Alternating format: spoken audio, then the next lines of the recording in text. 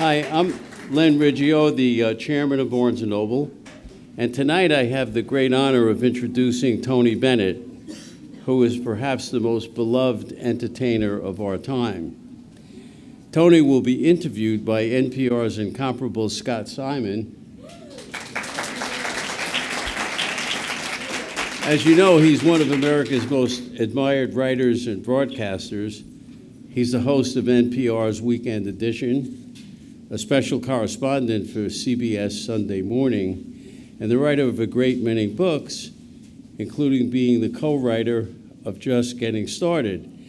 And I just learned, can I say it? Oh, yes, of course you can. Yes. In fact, he thank you. signed the contract today to write a book about the Chicago Cubs.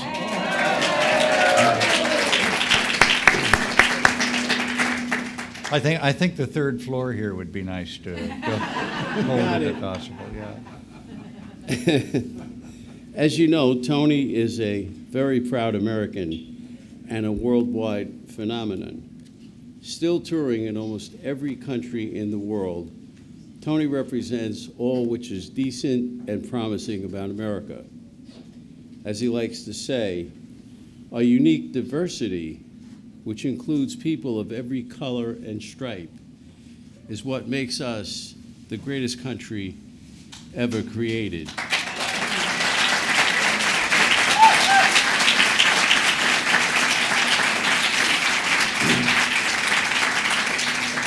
And this against the backdrop of what we've heard for the past 12 months, I want to say.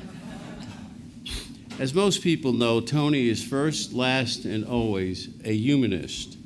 He hates war and violence of any kind.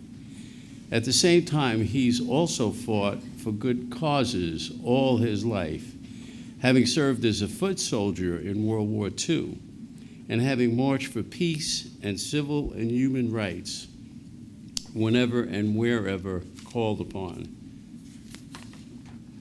Then as now, Tony considers his responsibility as a citizen to be his number one priority. Tony's optimism, however, is his strongest suit. As he's told me and others, he intends to learn something new and to grow personally and professionally every year of his life to come.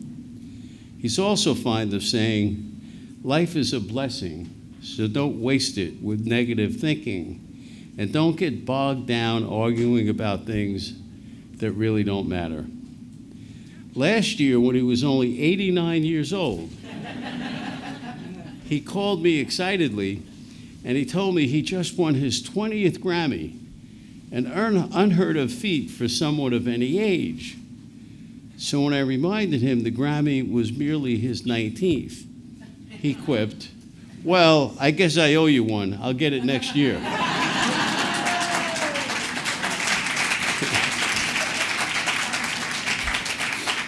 In addition to his 19 Grammys, Tony has won 2 Emmys, including a Lifetime Achievement Award. He's also named a Kennedy Center honoree, has been praised by a dozen United States presidents, and performed for many. All told, he has sold more than 50 million records, but he still claims he hasn't worked a day in his life. Tony's paintings, too, are being sold worldwide, and several major museums now collect his work. His new book, by the way, includes many, many beautiful examples of his genius as an artist. At age 90, Tony remains sold out in every corner of the globe. When I asked him if he was going to retire, he said, "How can I retire? I'm sold out."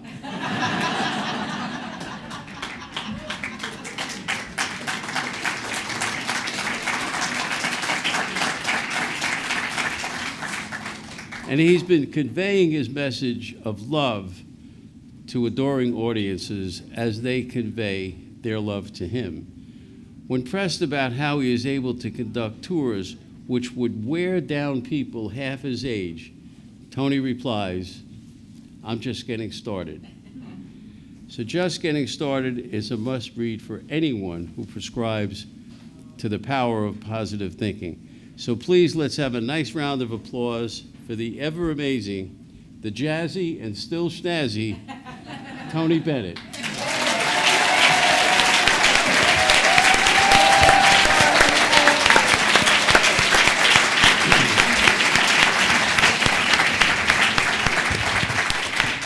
And please welcome Scott Simon. Scott, I'll turn it over to you. I'll just begin by saying it was just an incredible honor, in addition to being a genuine pleasure for me to spend the time I did with Tony and to be asked to be a small part of this book, because of course it's a great American life, a great life in the world that he's sharing with us in so many different ways. I just sat with Tony in his art studio, asked him about different people, different places, different situations, and he would talk. I was reminding him tonight that when we went to lunch across the street in a hotel about 100 steps away, there you would just to walk across the street with Tony Bennett is to be stopped by several hundred people going, "I love you, Tony. I love you, Tony." And then your lunch is constantly interrupted by the man coming over and saying, "The lady in the corner would like to buy you a drink." And to which Tony would go, "Yeah, decaf coffee." And just a genuine pleasure. So I'm going to ask Tony some questions. I have some questions that folks here have contributed. My wife and I today came in across the Triborough Bridge.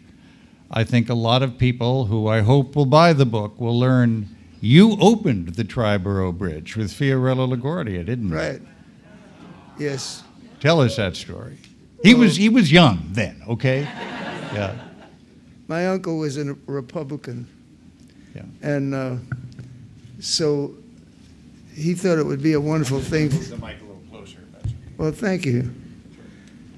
He thought it would be a great experience for me. And it's amazing how at such a young age, I'll never forget that walk. Yeah. It was the beginning of going from Astoria into Manhattan. And what a thrill it was every step of the way. Your uncle was like the Republican committeeman, Republican Party official, and Fiorello LaGuardia was cutting the ribbon, and he needed someone to sing. Right. You were what, 9 or 10? 9 o'clock. 9 years old. Sorry. Do you remember what you sang? No. Walking across the bridge with Fiorello LaGuardia. Yeah. Come to think of it, I think I remember it now. Marching along together. No one knows that song, but I don't know. Marching along together. Ba-ba-da-da-da-da-da.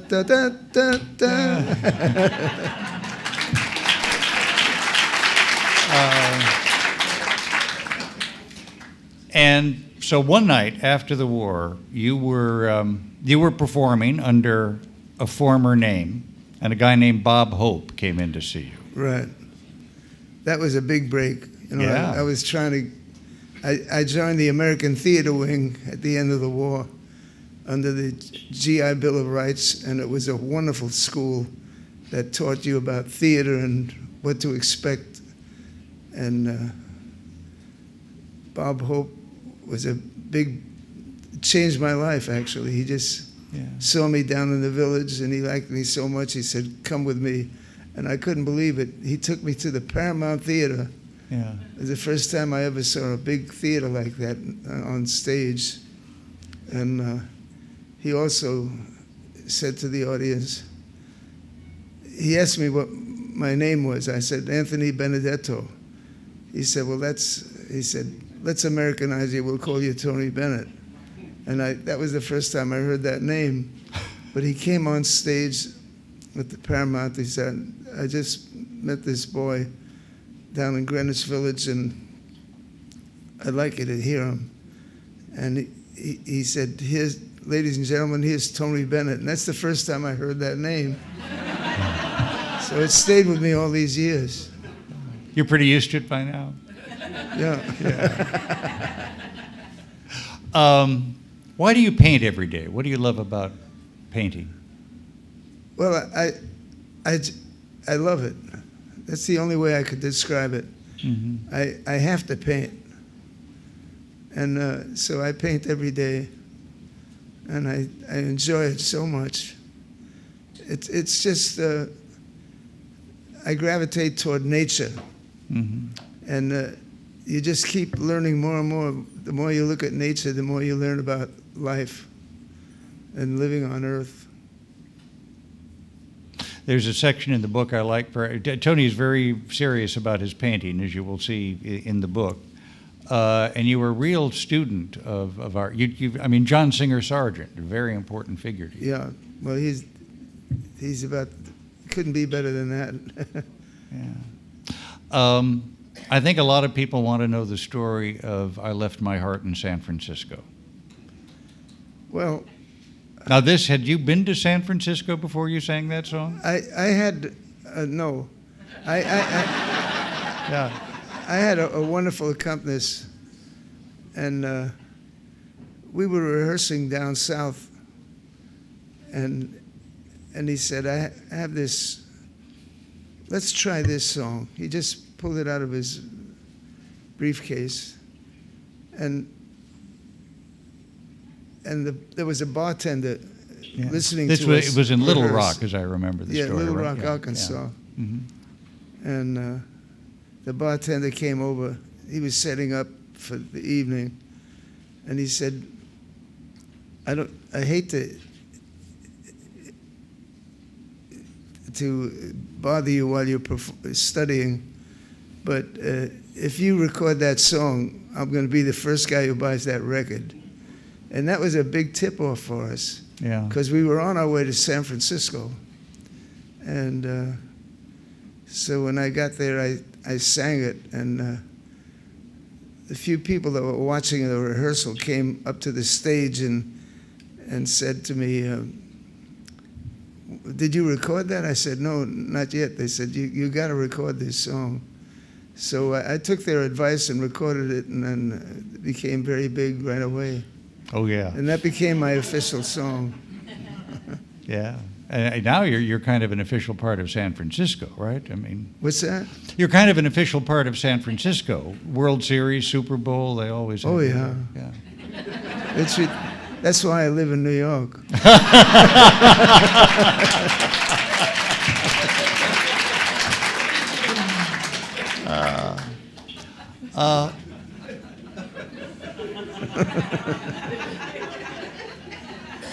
He's amazing.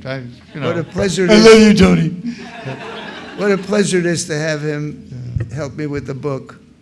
To have a great writer like him, it just makes me feel so good about the book. Well, Thank you. It's all your story.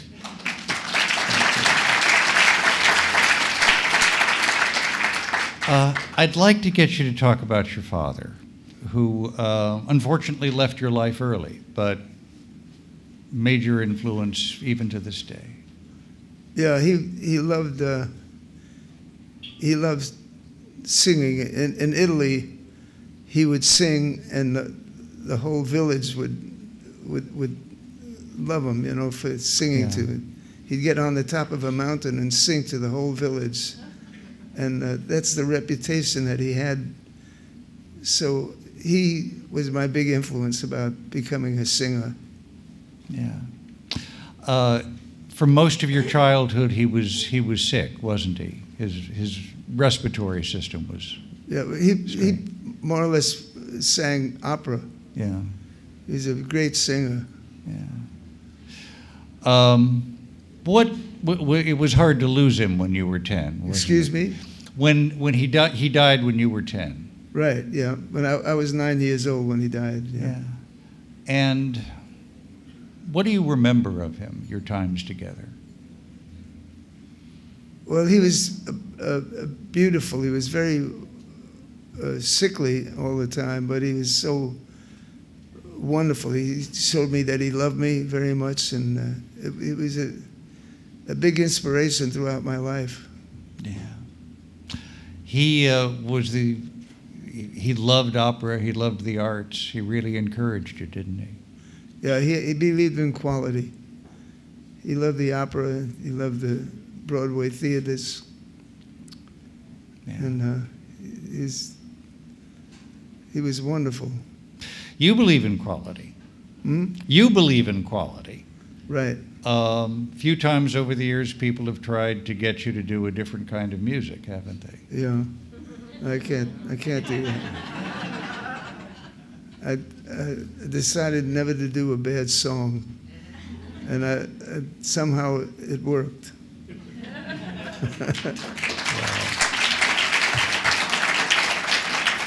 Thank you. So what's Lady Gaga really like? She's so talented, and now she's going to be making her first film, Yeah. and I'm almost positive it'll be a very big success. She's a wonderful person, and we get along because, well, I'm an Italian American, and so is she. So I love her family, you know. Yeah. So we get along great, and she's a very nice person. Yeah. She's a great artist too, isn't she? Very, very talented.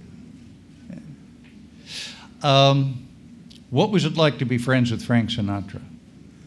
Well, that was unbelievable because he was my hero. You know, he was 15 years older than I was, and he and Ella Fitzgerald, and so they were my idols. And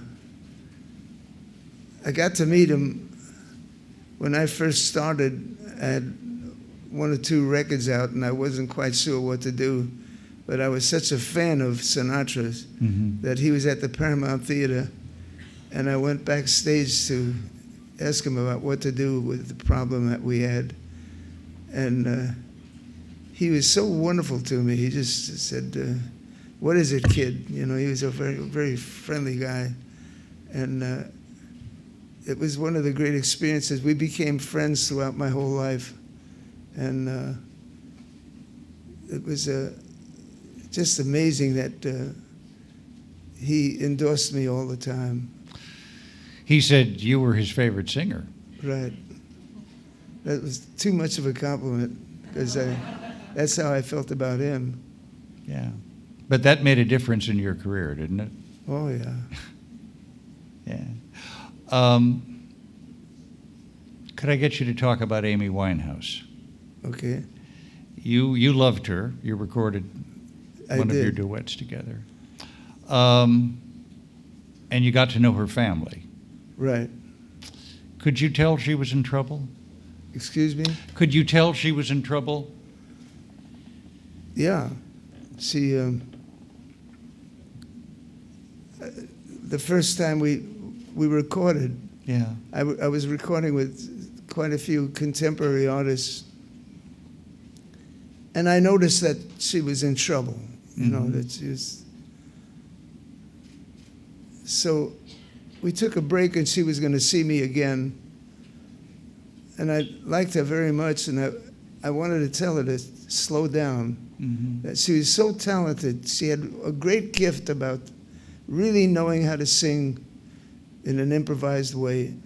And she was a wonderful performer. She didn't know how good she was. Yeah. And she was carrying on a little too heavy. And on the first time that we met, we had a little session on TV, but she was going to come back the next day. And it was absolutely tragic because she came the next day. I was waiting to tell her to slow down and stop doing all this nonsense, you know. Yeah. And my son came over to me. My son was my manager and is my manager. And he said, she's not going to make it today. So I said, how come? He said, she died last night. And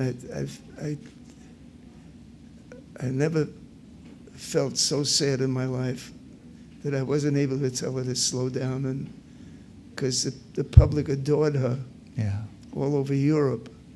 She was huge in Europe, rightfully so. She was a very, very talented artist that just went too far and destroyed herself. Yeah. Well, she adored you too. Yeah. I think a lot of people are here tonight out of love of you, but they also hope to learn from you. What's the key to living such a happy and successful life? How do you bottle it? Where can we get it? I know, Len, Barnes & Noble, second floor, but...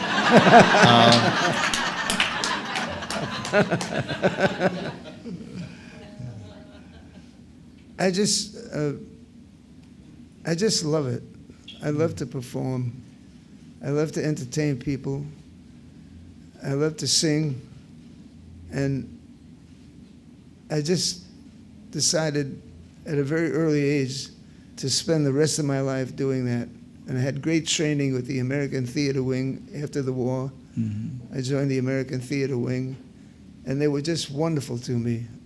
And I learned an awful lot about how to perform and what to leave out and what to put in.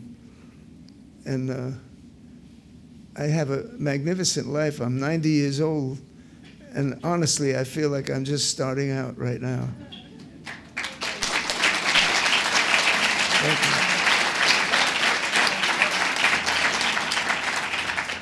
I understand there's a book for sale here called Just Getting Started. Yeah, right. Let me go to some questions now that Okay. people have written down. Have the San Francisco Giants let you take batting practice in return for using your song? They've never let you take batting. That's right. That's a funny question. How have you kept your voice and yourself in such great shape? Well, I had good training. I was taught very well by good teachers at the American Theater Wing when I came out of the service. I joined the American Theater Wing, and they taught me. That's my daughter. Oh. She just came in. Joanna, right? And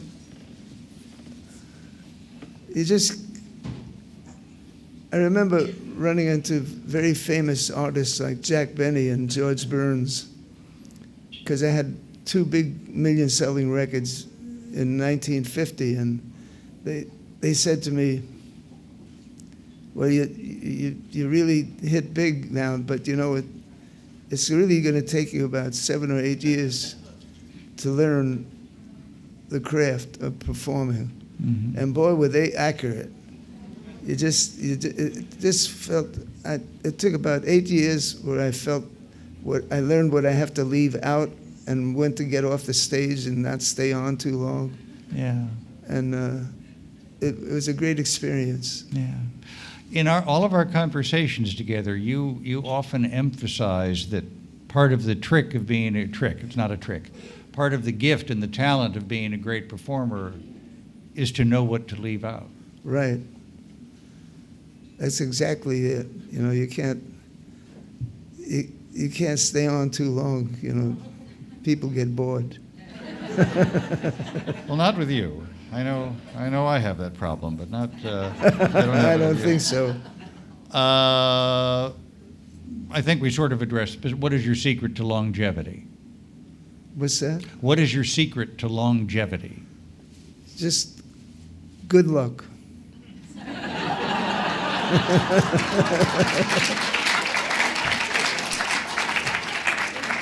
That's the best answer. Who were your greatest musical influences? Louis Armstrong. He still is right now. Yeah. No matter who comes along, he invented the art of jazz. He was the one that made it internationally famous. And he was a genius at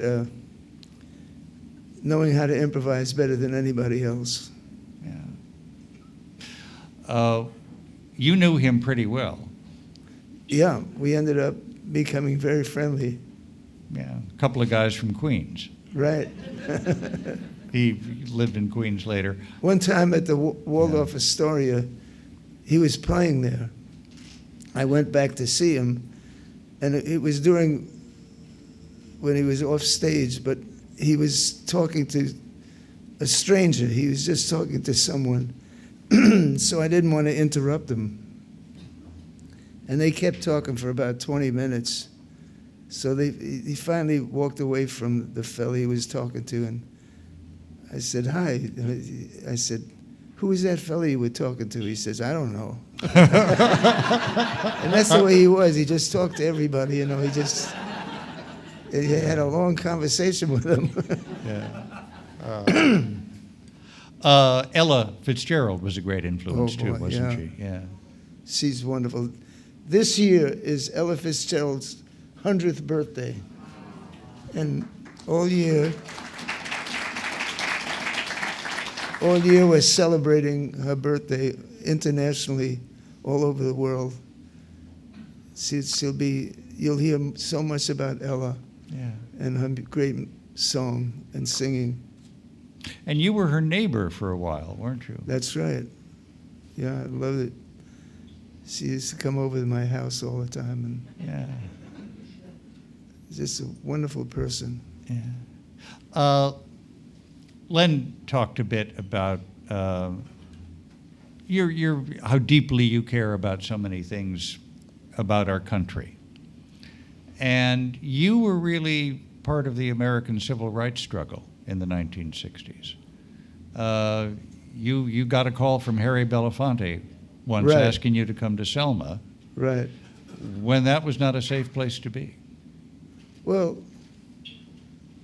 when he explained to me what was going on, the racial prejudice down south, I couldn't believe it. At first I said,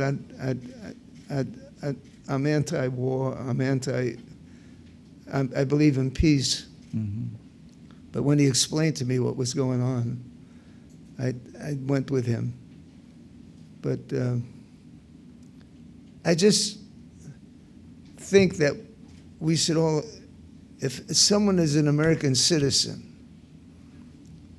no matter what color he is or no matter what nationality he is, he should be respected.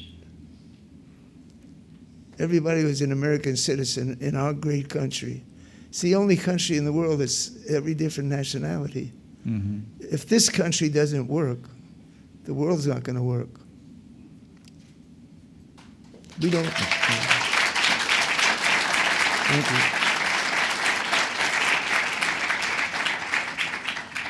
So you were down there in Selma. It was like a 4 or 5 day period. There was a march every day. And you and Billy Eckstein Right, performed a concert right, on a very unusual stage. right. He's up on the truck. Yeah. Well, that was the beginning of people understanding that the ignorance of racial prejudice. Yeah. We're all here on this earth. We should respect one another. Another question. Gus from Queens would like to know your favorite Christmas song. Favorite Christmas song. White Christmas, introduced by Bing Crosby. Yeah, there's none better. So every year, it sells like a brand new record. I think, I'm not accurate about this, but I'm almost positive, it's the biggest selling record in the world over the years. Yeah. Every Christmas, the record is sold by the millions. It's many years now, and I believe it's the biggest selling record of all time. Some of us like your recording of the Vince Guaraldi Christmas song. Which one is that? The one from Charlie Brown Christmas. Excuse me, I'm sorry. Your recording of Vince Guaraldi's song, of A Charlie Brown Christmas. I don't know that one. Oh, all right. Well, for some of us, it's our favorite. It's our favorite. Did we not hear it just recently with all the... this is my wife in the audience.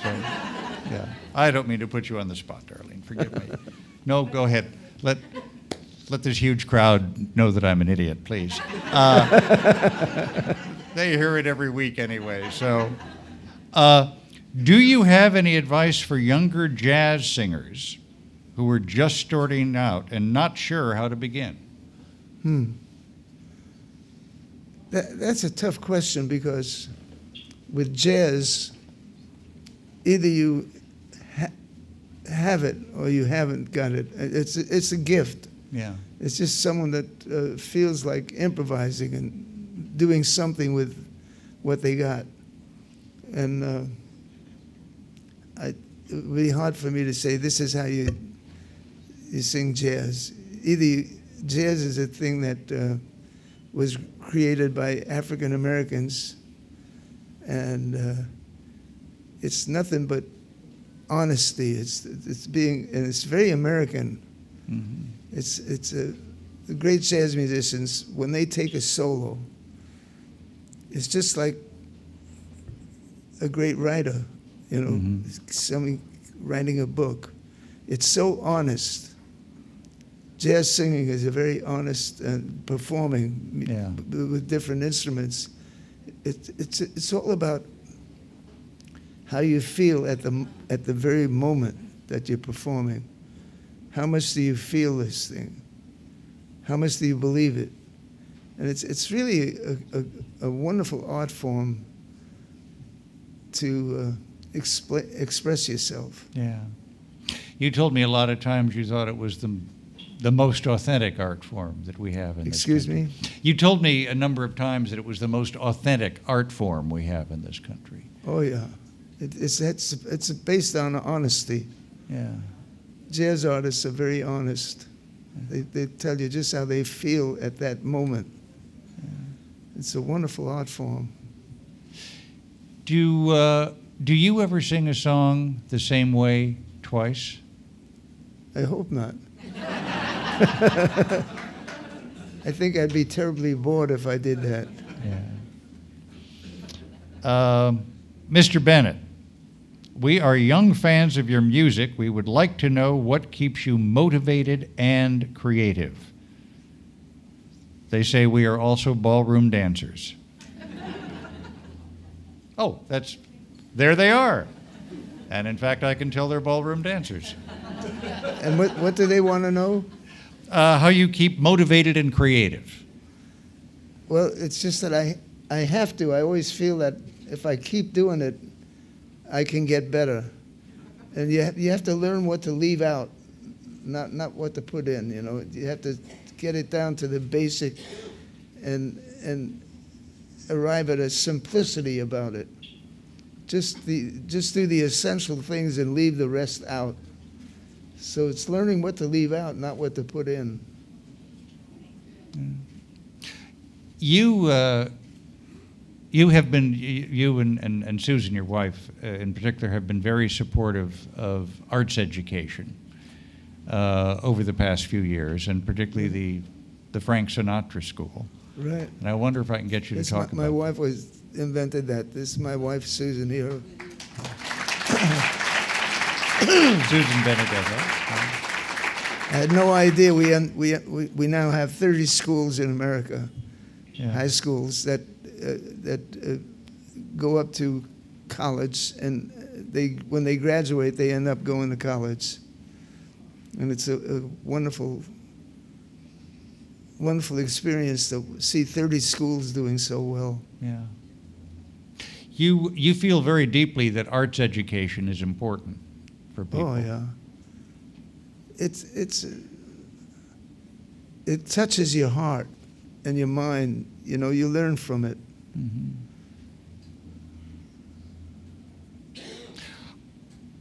Well, someone asked, what's the funniest collaboration you have had in your musical career?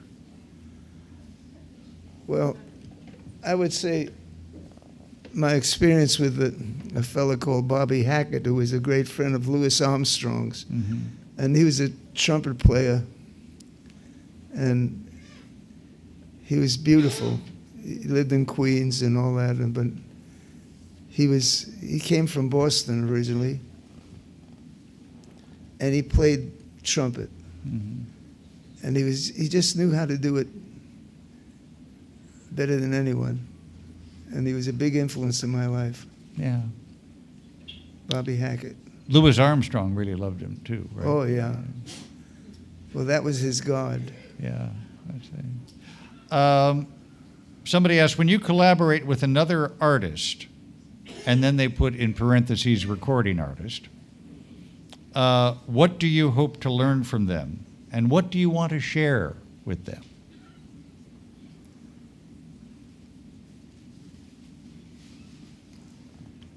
You just pray that you communicate with the public.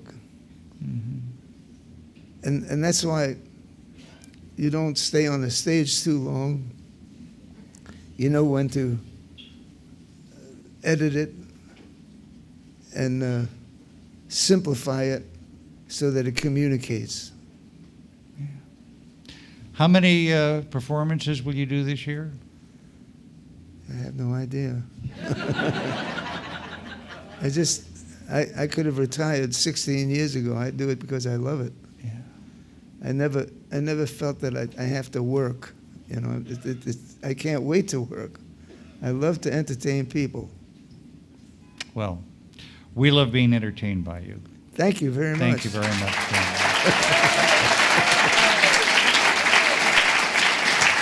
Thank you.